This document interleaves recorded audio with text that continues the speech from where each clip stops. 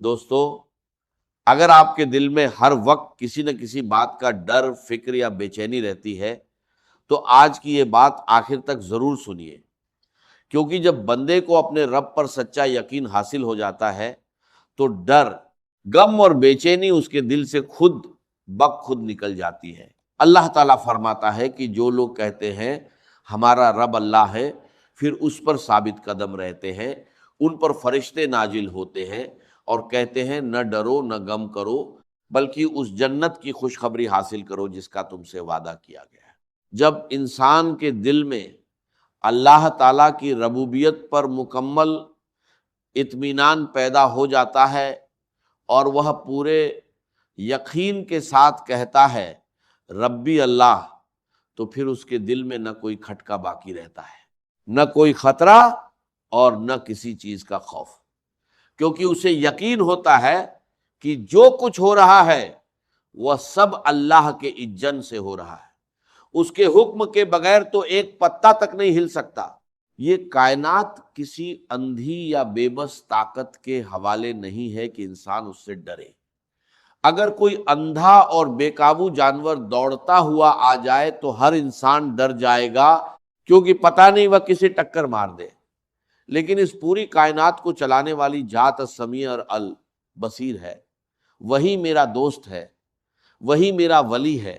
اللہ ایمان والوں کا ولی، ساتھی، مددگار، پشت پناہ اور حمایتی ہے۔ ذرا سوچئے، جس انسان کو یہ یقین ہو جائے کہ اللہ میرا مددگار ہے، اللہ میرا محافظ ہے، اللہ میری پشت پناہ ہے اور اللہ ہی میرا حمایتی ہے، پھر اسے کس بات کا خوف رہے گا، وہ کس سے ڈرے گا؟ میں اکثر ایک بہت سادی سی مثال دیا کرتا ہوں۔ پنجاب کے کسی دیہات میں ایک بہت بڑا چودھری ہے اور وہیں ایک غریب کسان بھی رہتا ہے۔ اس غریب کسان کو ہر وقت یہ اندیشہ لگا رہتا ہے کہ کہیں کوئی اس کے جانور نہ چرا لے جائے، کہیں کوئی اس کی بھینس یا بیل کھول کر نہ لے جائے۔ لیکن اگر پورے علاقے کو معلوم ہو کہ وہی بڑا چودھری اس کسان کا دوست ہے، تو کیا پھر کوئی اس کی بھینس پر ہاتھ ڈالنے کی ہمت کرے گا؟ کیا اسے پہلے جیسا ڈر رہے گا؟ ہرگز نہیں، کیونکہ سب جانتے ہیں کہ اس علاقے کا سردار اور سب سے طاقتور شخص اس کا ساتھی ہے، کوئی بھی اس کے خلاف قدم اٹھانے کی جرت نہیں کرے گا۔ جب دنیا کی اتنی سی بات انسان کے دل میں اطمینان اور سکون پیدا کر سکتی ہے تو ذرا تصور کیجئے، اگر بندے کو یہ مکمل یقین ہو جائے کہ اللہ ہر لمحہ میرے ساتھ ہے، اللہ میرا مددگار ہے، تو پھر اسے کس بات کا خوف ہوگا؟ آخر کون سی طاقت اللہ سے بڑھ کر ہو سکتی ہے، اور کون ہے جو اس کے فیصلے یا اس کے ارادے کو بدل سکے؟ دوستو، یہی وہ حقیقت ہے جسے رسول اکرم صلی اللہ علیہ وسلم نے ایمان کا خلاصہ قرار دیا ہے۔ اس بات کو اپنے دل میں اچھی طرح بٹھا لیجئے، اگر پوری دنیا کے تمام انسان مل کر بھی آپ کو نقصان پہنچانا چاہیں تو وہ ہرگز نقصان نہیں پہنچا سکتے، مگر اتنا ہی جتنا اللہ تعالیٰ نے آپ کی تقدیر میں لکھ دیا ہو۔ اور اگر دنیا کے تمام انسان مل کر آپ کو کوئی فائدہ پہنچانا چاہیں تو وہ بھی اتنا ہی فائدہ نہیں پہنچا سکتے، مگر وہی جو اللہ تعالیٰ نے آپ کے لیے پہلے سے طے فرما دیا ہو۔ ذرا اس بات پر غور کیجئے، اگر یہ حدیث ہمارے دل میں پوری طرح راسخ ہو جائے تو پھر کس بات کا ڈر باقی رہے گا؟ پھر یہ خوف کیوں ہوگا کہ فلاں شخص میرا نقصان کر دے گا، میری رپورٹ خراب کر دے گا، میری ترقی رکوا دے گا، میرا کام بگاڑ دے گا، یا مجھے کسی مصیبت میں ڈال دے گا؟ آخر انسان کیوں لوگوں کے ڈر میں جیتا ہے؟ کیوں ان کی خوشامد کرتا ہے؟ کیوں اپنی عزت نفس کو ذلیل کرتا ہے؟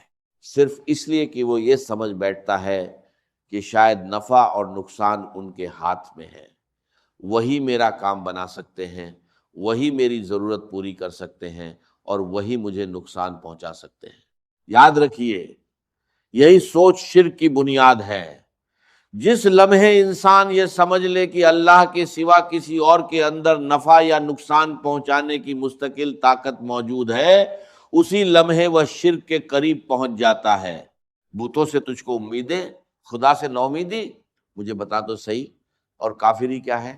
اسی حقیقت کا اعلان کلمہ اے طیبہ کرتا ہے لا الہ الا اللہ، ذرا اس کلمے پر دل لگا کر غور کیجئے، اگر یہ یقین دل میں اتر جائے تو پھر دنیا کی کوئی طاقت آپ کو ڈرا نہیں سکتی۔ یہی وہ عظیم حقیقت تھی جسے حضرت شیخ عبد القادر جیلانی رحمت اللہ علیہ نے اپنی وصیت میں اپنے بیٹے کو سمجھایا تھا۔ افسوس کہ بہت سے لوگ صرف 11ویں مناتے ہیں، لیکن حضرت شیخ عبد القادر جیلانی رحمت اللہ علیہ کی اصل تعلیم اور وصیت سے ناواقف ہے۔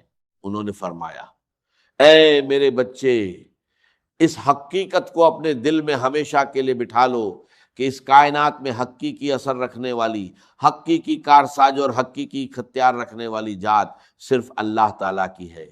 اگر اللہ نہ چاہے تو آگ جلا نہیں سکتی، اگر اللہ نہ چاہے تو پانی ڈبو نہیں سکتا، اور اگر اللہ نہ چاہے تو زہر بھی اپنا اثر نہیں دکھا سکتا۔ دوستو، اگر اللہ نہ چاہے تو زہر بھی ہلاک نہیں کر سکتا، اگر اللہ نہ چاہے تو کوئی چیز آپ کو فائدہ نہیں پہنچا سکتی۔ پھر آخر انسان در در پر سر کیوں جھکاتا ہے؟ کیوں ہر دروازے پر جا کر اپنی پیشانی رگڑتا ہے؟ کیوں ہر کسی کے سامنے ہاتھ پھیلاتا ہے؟ اگر مانگنا ہے تو صرف ایک اللہ سے مانگیے، اگر سر جھکانا ہے تو صرف اسی ایک اللہ کے سامنے جھکائیے۔ ہمیں ظاہر میں ایسا دکھائی دیتا ہے کہ پانی پیاس بجھا دیتا ہے، لیکن پیاس بجھانے کی اصل صلاحیت پانی میں نہیں بلکہ اللہ کے جن میں ہے۔ ہمیں لگتا ہے کہ کھانا بھوک مٹا دیتا ہے، لیکن بھوک مٹانے کی طاقت کھانے میں نہیں بلکہ اللہ کے حکم میں ہے۔ یہی توحید ہے اور یہی اپنے رب پر مکمل یقین ہے۔ یہی یقین حضرت موسیٰ علیہ السلام کا تھا۔ ذرا اس واقعے کو یاد کیجئے۔ سامنے سمندر تھا اور پیچھے فرعون اپنے پورے لشکر کے ساتھ تیزی سے چلا آ رہا تھا۔ لشکر کی رفتار سے اڑنے والا گرد و غبار صاف بتا رہا تھا کہ دشمن ہر لمحہ قریب آتا جا رہا ہے۔ پوری قوم گھبرا گئی اور پکار اٹھی، اے موسیٰ، اب تو ہم پکڑے گئے۔ تورات میں آتا ہے کہ بنی اسرائیل شکایت کرنے لگے۔ انہوں نے کہا، اے موسیٰ، کیا تم ہمیں یہاں مروانے کے لیے لائے ہو؟ اس سے تو بہتر تھا کہ ہم وہیں رہتے، کم سے کم زندگی تو تھی، چاہے جیسی بھی تھی۔ ذرا اس منظر کا تصور کیجئے، سامنے سمندر، پیچھے دشمن کا لشکر، اور بچ نکلنے کا کوئی راستہ دکھائی نہیں دے رہا تھا۔ ہر طرف مایوسی ہی مایوسی تھی، لیکن اسی لمحے حضرت موسیٰ علیہ السلام کی زبان سے وہ الفاظات نکلے جو ایمان کی اصل پہچان ہے، کلا ان معی ربی سیہدین، ہرگز نہیں، میرا رب میرے ساتھ ہے، وہ ضرور میرے لیے راستہ پیدا فرمائے گا۔ ذرا سوچئے، وہاں کون سا راستہ نظر آ رہا تھا؟ سامنے تو صرف سمندر تھا۔ یہی ایمان بالغیب ہے کہ جب کوئی راستہ دکھائی نہ دے تب بھی اللہ پر مکمل یقین قائم رہے۔ اگر جیب میں پیسے ہوں اور تبھی دل کو اطمینان ملے تو یقین پیسوں پر ہے، اللہ پر نہیں۔ لیکن جب کوئی ظاہری ذریعہ موجود نہ ہو پھر بھی دل گواہی دے کہ میرا اللہ ہی میرا کام بنانے والا ہے، تو یہی سچا ایمان ہے۔ جب ہر طرف سے راستے بند ہو جائیں، سامنے سمندر ہو اور پیچھے دشمن کھڑا ہو، تب بھی دل سے یہی آواز نکلے، کلا انا معی ربی سیہدین۔ کہہ دینا آسان ہے کہ اللہ ہر جگہ ہمارے ساتھ ہے، لیکن جب اس بات کا یقین دل میں اتر جاتا ہے تو انسان کی پوری زندگی بدل جاتی ہے۔ اس کا ڈر، اس کی فکر، اس کی سوچ اور اس کا جینے کا انداز ہے، سب کچھ بدل جاتا ہے۔